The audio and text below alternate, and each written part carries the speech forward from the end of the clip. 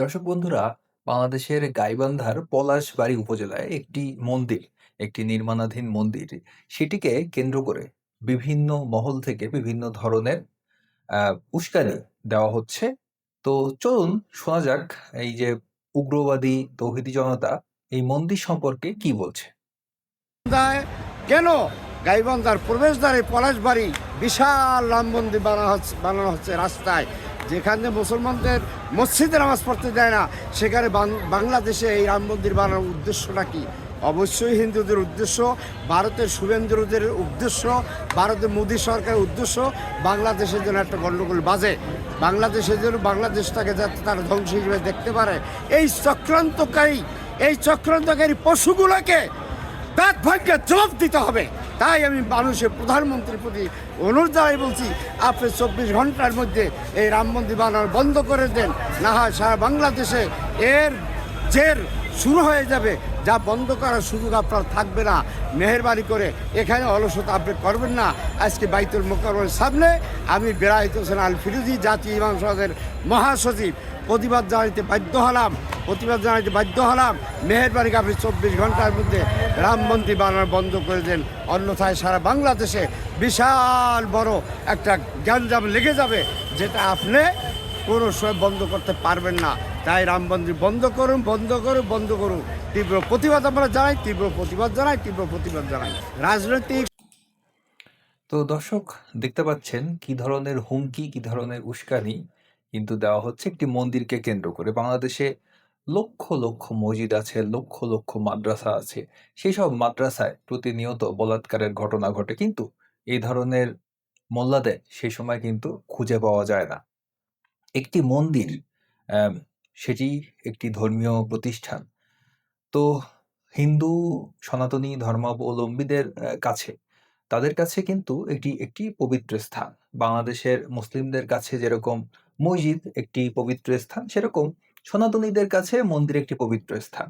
তো তারা আহ, একটি মন্দির তৈরি করছে, সেটি নিয়ে কেন এত আপত্তি, কেন এত উস্কানি, কেন এত তারা কেন এত ষড়যন্ত্র, কেন এত চক্রান্তের গন্ধ খুঁজে পাচ্ছে, সেটি আমি ঠিক বুঝছি না।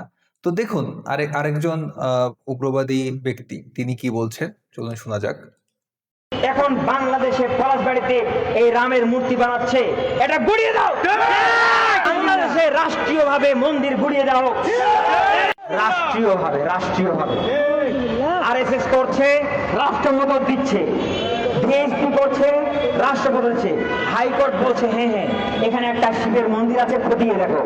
এই অজুহাতে 300-500 বছরের মসজিদ গুড়িয়ে দেওয়া হচ্ছে। বাংলাদেশে রাষ্ট্রীয়ভাবে মন্দির গুড়িয়ে দেওয়া হোক। বাংলাদেশে যত খাস মন্দির আছে, খাস জায়গায় সব উচ্ছেদ করো, সরকারের দায়িত্ব কর্তব্য। আর বাংলাদেশে আর একটা মন্দিরে অনুমোদন দেওয়া হবে না। মন্দির অনুমোদন দেওয়া সরকারের দায়িত্ব কর্তব্য নয়, সরকারের উচিত সমস্ত মন্দিরকে উচ্ছেদ করা, ঘুরিয়ে দেয়া। মন্দিরে অনুমোদন দেয়া যাবে না। আর এই যে গাইবান্ধায় নাকি রামের মূর্তি হচ্ছে পলাশবাড়িতে, এই বেটা, রামের জন্ম হয়েছে কোথায়? রাম হলো একটা বাল্মীকির গাঁজাখড়ি গল্প। এরপরে রাম মন্দিরের নাম দিয়ে ভাঙলো বাগরি মসজিদ।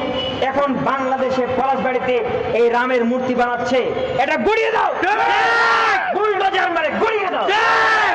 বাংলাদেশের সরকারের জায়গার মধ্যে করছে, এটা অবৈধ। সরকারের জন্য খরচ, সরকার না দিলে জনগণ দিবে।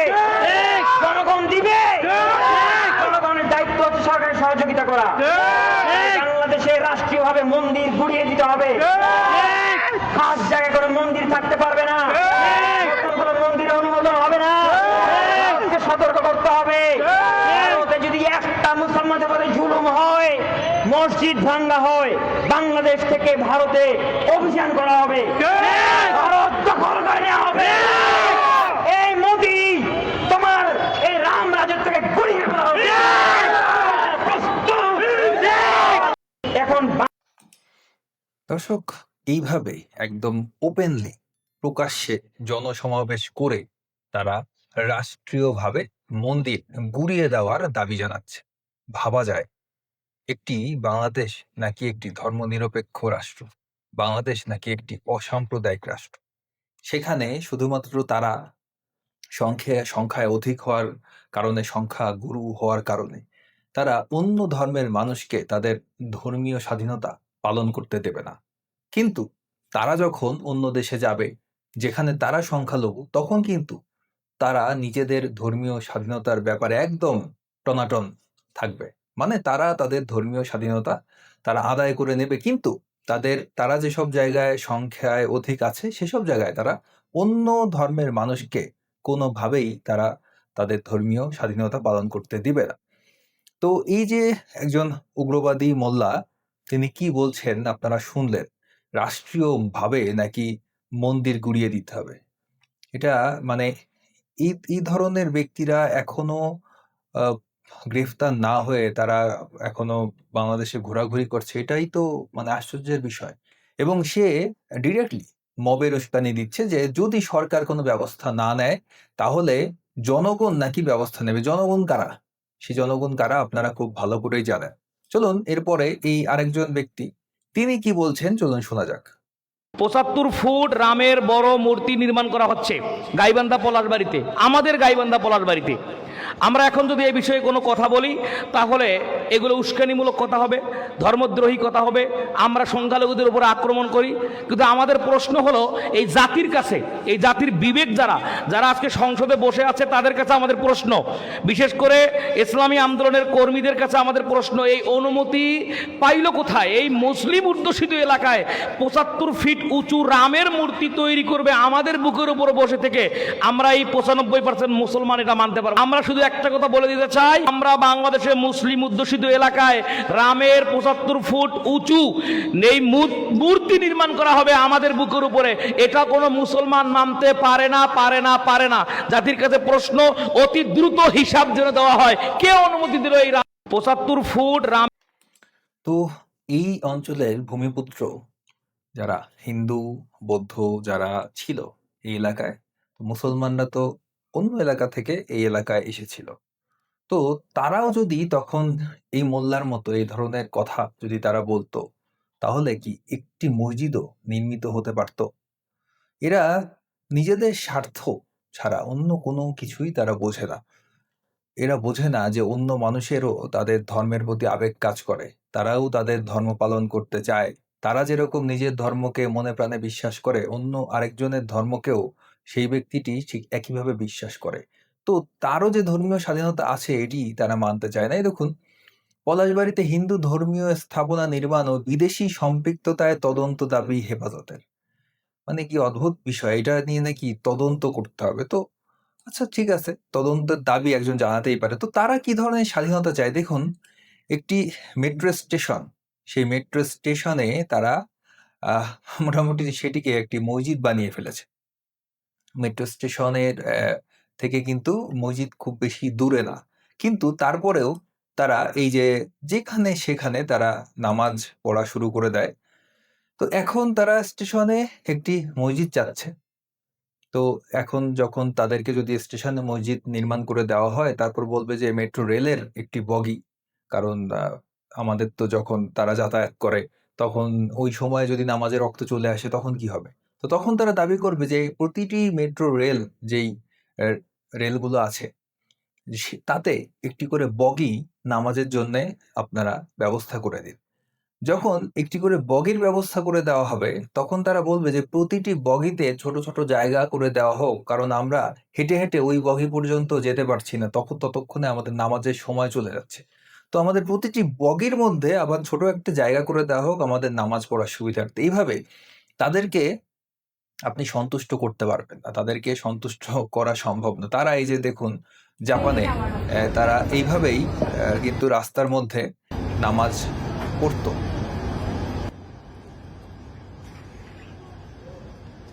যখন জাপানে তারা রাস্তায় নামাজ পড়ে তখন সেটা তাদের ধর্মীয় স্বাধীনতা, কিন্তু যখন একটি মন্দির নির্মিত হতে যায় বাংলাদেশে তখন তারা বলে যে ৯৫%, ৯২% মুসলিমের দেশে এটা কোনোভাবেই মেনে নেওয়া হবে না। কি ধরনের ডাবল স্ট্যান্ডার্ড একটু চিন্তা করুন। তো তারপর দেখা যাক এই যে জাপানেরই আরেকটি ভিডিও, একটি অনেক পুরনো একটি ক্যাসেল, একটি দুর্গ। সেই দুর্গের সামনে The timing তারা isn't a কোনো coincidence. ধরনের And কোনো ধরনের নিষেধাজ্ঞা বা কিছুর কোনো আইনের তোয়াক্কা না করে তারা দেখুন দুর্গের সামনে দাঁড়িয়ে নামাজ পড়া শুরু করেছে এবং জামায়াতের সাথে। তো আসলে এটা তাদের ধর্মীয় স্বাধীনতা। এটি আপনাকে দিতে হবে। তারা যখন কোনো পশ্চিমা দেশে যায়, যখন কোনো উন্নত দেশে যায়, সেখানকার ধর্মীয় যেই স্বাধীনতার যেই আইনটি আছে, তার একদম মানে সর্বোচ্চ সুবিধা তারা নেয়। কিন্তু যখন তারা কোনো একটি দেশে সংখ্যাগরিষ্ঠ থাকে, তখন তারা অন্য ধর্মের মানুষকে এক চুল ছাড় দিতে চায় না। বরং তাদের উপাসনালয়ে বিভিন্নভাবে তারা কিন্তু বিভিন্ন ধরনের ঘটনা ঘটায়। এই যে এটি একটি জাপানের একটি টেম্পল, সেখানে আজান দিচ্ছে এক ব্যক্তি, দেখুন। আল্লাহু আকবার আল্লাহু আকবার আল্লাহু আকবার। তো এই ধরনের ঘটনা তারা উদারপন্থী দেশগুলা এগুলাকে হয়তো স্বাভাবিকভাবেই নেয়।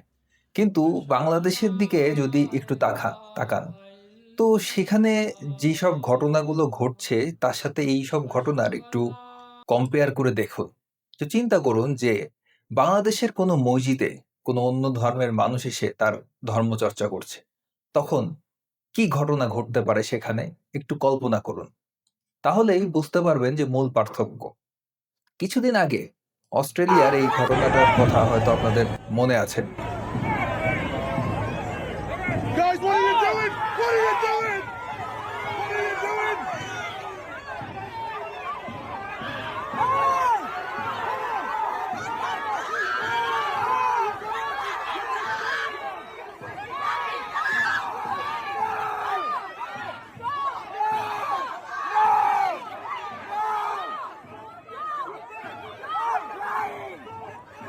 তো সেই যে একই কথা, ধর্মীয় স্বাধীনতার নামে তারা রাস্তায় নামাজ পড়া শুরু করেছিল এবং অস্ট্রেলিয়ার পুলিশ যেহেতু সেখানে পরপর কয়েকটি জঙ্গি হামলার ঘটনা ঘটেছে, তারা কিন্তু এখন খুব সতর্ক অবস্থায় আছে এবং এ ধরনের ঘটনাকে তারা কোনোভাবেই বরদাস্ত করছে না। তো তারা যখন এখানে এরকম নামাজের ঘটনা ঘটছে তারা দেখতে পাচ্ছে, তখন পুলিশ এসে সেটিকে বাধা দেয়।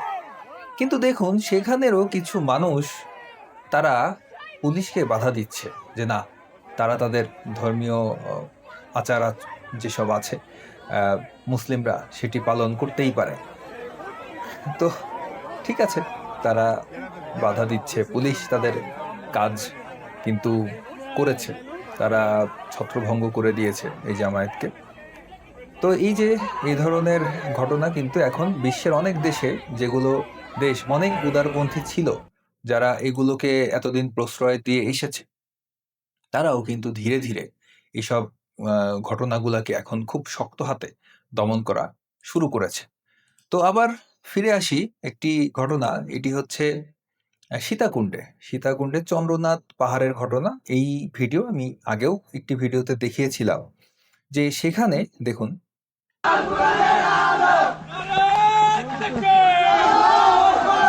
চন্দ্রনাথ এই জায়গায় নারায় বাগদিন মারতেছে কেন?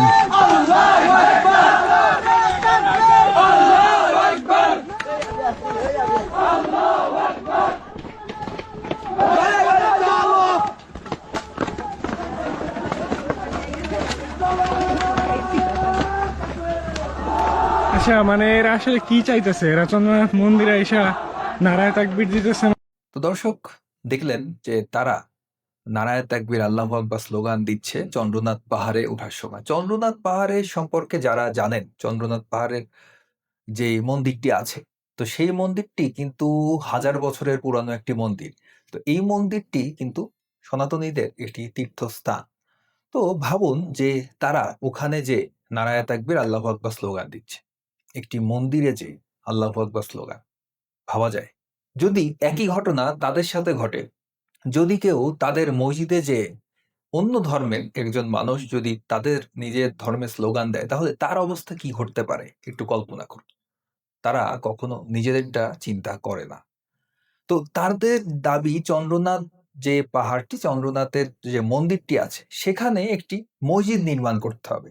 তো তারা একটি মানে কোনো চুল পরিমাণ জায়গা বাংলাদেশে খালি রাখবে না। সব জায়গায় তারা মসজিদ নির্মাণ করবে। এই যে এই ঘটনাটি ২০২৩ সালের। তখন তারা চন্দ্রনাথ যে মন্দির আছে সেখানে বিফ বারবিকিউ পার্টি করার জন্য ইভেন্ট খুলেছিল। তারা ফেসবুকে ইভেন্ট খুলে যে সেখানে যেয়ে তারা গরু জবাই করবে। কি পরিমাণ বিদ্বেষ, কি পরিমাণ হিংসা তাদের মনে থাকলে তারা এ ধরনের কাজ করতে পারে। অন্য কারো ধর্ম পালনের কোনো স্বাধীনতা নেই। শুধুমাত্র ওই একটি ধর্মের মানুষেরই সমস্ত ধর্মীয় আচার, সমস্ত রীতিনীতি, যত ধরনের অনুভূতি সব তাদেরই আছে, অন্য কারো নেই। তারা সেটাই মনে করে। বাংলাদেশ থেকে কিভাবে মিথ্যা ঘটনা সাজিয়ে, মিথ্যা ন্যারেটিভ তৈরি করে ভারতে মুসলমানদের উপর অত্যাচার হচ্ছে, এরকম বিভিন্ন বানোয়াট কাহিনী, মিথ্যা কাহিনী বলে কিভাবে উস্কানি দেওয়া হচ্ছে, কিভাবে হিন্দুদেরকে হুমকি-ধামকি দেওয়া হচ্ছে এবং তাদেরকে ভারতে পাঠানোর, কলকাতায় পাঠানোর হুমকি দেওয়া হচ্ছে এবং সাথে, সাথে তারা হুমকি দিচ্ছে তারা ভারত দখল করে ফেলবে। তো চলুন শোনা যাক। বাংলাদেশে যত হিন্দু আছে, আমি বাংলাদেশের পুলিশ প্রশাসন, আমাদের বাংলাদেশের কলিজার ভাই বেড়াদার, তোমাদেরকে একটা কথাই বলতে চাই, এই হিন্দুদেরকে রাস্তার মধ্যে পালাইয়া গুরুর মতো পিড়াইয়া হাত পাও ভাঙ্গিয়া বস্তা বইয়া ইন্ডিয়া পাঠায় দেব। কারণ একটাই, আমাদের মুসলমান ভাইয়েরা ইন্ডিয়াতে শান্তিতে নাই। আমাদের মুসলমান ভাইয়েরা দিনের পর দিন নির্যাতিত, অত্যাচার হইতে হইতে আজকে আবার দেখতাছি 2 দিন ধরে তাদেরকে বর্ডার ক্রস করে বাংলাদেশেও পাঠায় দিতেছে। উদ্দেশ্য কি? তারা মুসলমান। প্রমাণ কি? তারা মুসলমান, তারা আল্লাহু আকবারের দল। তাহলে আমাদের সোনার বাংলাদেশে তোমরা বাতাস খাইবা, তোমরা পদ্মার ইলিশ খাইবা, তোমরা আবার মুসলমানের সাথে চলাফেরা করবা? কখনো না। এর থেকে বড় প্রতিশোধ আর কিছু হইতে পারে না। তোমাদেরকে পিড়িয়ে ডাইরেক্ট ভারতের বর্ডার ক্রস করে তোমাদেরকে কলকাতা পাঠাবো। তারপর ইন্ডিয়ার যত মুসলমান আছে বাংলাদেশে আসো, তোমাদেরকে নিমন্ত্রণ। আমরা কলকাতা, শ্রীপুরা, কুচবিহার, কাশ্মীর সবকিছু দখল করিয়া আমরা বড়টা বাংলাদেশের সাম্রাজ্য গ্রহণ করবো ইনশাল্লাহ। অতি শীঘ্রই বাংলাদেশের সাথে ইন্ডিয়া একটা যুদ্ধ হতে চলতেছে, সেটা হচ্ছে মুসলিম হিন্দুদের যুদ্ধ। এই যুদ্ধে আমরা মুসলিমরা জয়লাভ করবো ইনশাল্লাহ। আমরা মুসলিম জাতি কারো কাছে হার মানি না। আমরা দেখতে দেখতে আজকে দুর্যোর ভাগ ভেঙে গেছে গা। আমরা তোমাদেরকে একটুও ছাড় দেব না। শেখ হাসিনা নাই, স্বৈরাচার নাই, আমাদের কোনো চিন্তা নাই। এই মুসলিম জাতি যতদিন বেঁচে আছে বাংলাদেশের মাটিতে হিন্দুদের শেখ হাসিনার কোনো বিস্তার ঘটবে না ইনশাল্লাহ। হিন্দু মানেই শেখ হাসিনা, হিন্দু মানেই আওয়ামী লীগ, হিন্দু মানেই শেখ মুজিবুর। মোদির আন্ডা বাচ্চারা শোন, যদি বাংলাদেশের সাথে ভারতের কোনোদিন যুদ্ধ হয়, আমরা কিন্তু ভারতীয় সেনাদেরকে আগে আক্রমণ করব না, জানিস? সর্বপ্রথম বেছে বেছে খুঁজে খুঁজে লিস্ট করে করে বাংলাদেশের মধ্যে যত মোদির সন্তান আছে, মোদির আন্ডা বাচ্চা আছে, সবগুলাকে আগে জয় বাংলা করা হবে। যদি এদেরকে জয় বাংলা করা না হয় তাহলে ভারতীয় বাহিনীর সাথে আমরা কোলায় উঠতে পারবো না। কারণ এরাই আমাদের পিছন থেকে বন্দুক তাক করে ভারতীয় বাহিনীর হাতে তুলে দিবে। কারণ এগুলো যে বীর্যের টান ভারতের প্রতি, মোদির প্রতি, এই টানের কারণে তারা ভারতীয় বাহিনীকে সাহায্য করবে। এখানে হিন্দু মুসলমান দেখার টাইম নাই। হিন্দুদের তো 95% আপনার ভারতের প্রতি প্রেম। তারা মনে প্রাণে চায় এই দেশটা ভারতের সাথে মিলে যাক। এটা গোবিন্দ প্রামাণিকের কথা এবং কিছু হিন্দু আমার ভাই আছে, তাদের কমেন্টের মধ্যে দেখলে এটা বোঝা যায়, এটা তাদের মনের কথা। কয়দিন আগেও পশ্চিমবঙ্গে যে মুসলমানের সাথে একসাথে ঘুমাইতো, একসাথে খাইতো, বিজেপি সরকার ক্ষমতায় আসার পরেই তার আসল রূপ বের হয়ে গেছে। ওই হিন্দুটা এখন সে প্রচন্ড মুসলিম বিরোধী। ঠিক যখন বাংলাদেশের সাথে ভারতের লেগে যাবে তখন আপনি এই দেশের হিন্দুদের আসল চরিত্র দেখতে পাবেন। আমি সব হিন্দুদের কথা বলছি না। ঠিক এইভাবেই আমাদের মুসলমান নামদারি কিছু মোদির সন্তান, মোদির বীজ আছে, জঘন্য ভাষায় আয়সা, যেগুলা কমেন্টের বক্সের মধ্যে আইসা ঘুষরাও, নোংরা ছড়াও, যাদের মাথার মধ্যে ব্রেইন বলতে কিছু নাই, আর একজনকে আইসা উপদেশ দেও। হ্যাঁ, আগে তোমাদেরকে জয় বাংলা করা হবে, কারণ তোমরাই হচ্ছ প্রকৃতপক্ষে দেশ বিরোধী। তো এই ছিল আজকের ভিডিও। এভাবেই বাংলাদেশ চলছে, বাংলাদেশে এভাবেই উস্কানি চলছে। উস্কানির মাধ্যমে বিভিন্নভাবে ধর্মীয় সংখ্যালঘু যারা আছে তাদেরকে ধর্ম পালন এভাবেই বাধা দেওয়া হচ্ছে। তো এগুলো প্রশাসনের নজরে আসছে না, স্বাভাবিকভাবেই তারা নির্বিকার, চুপচাপ, কোনো তাদের মুখে কোনো রা নেই। তারা এই বিষয়গুলা নিয়ে কোনো ধরনের তাদের কোনো উদ্যোগ এখন পর্যন্ত চোখে পড়েনি। তো ভিডিওটি কেমন লাগলো জানাবেন। ভিডিওটি সম্পর্কে যে কোনো মন্তব্য জানাতে পারেন কমেন্ট বক্সে। ভিডিওটি ভালো লাগলে লাইক করুন, কমেন্ট করুন, শেয়ার করুন, চ্যানেলটিকে সাবস্ক্রাইব করুন। সকলকে ধন্যবাদ।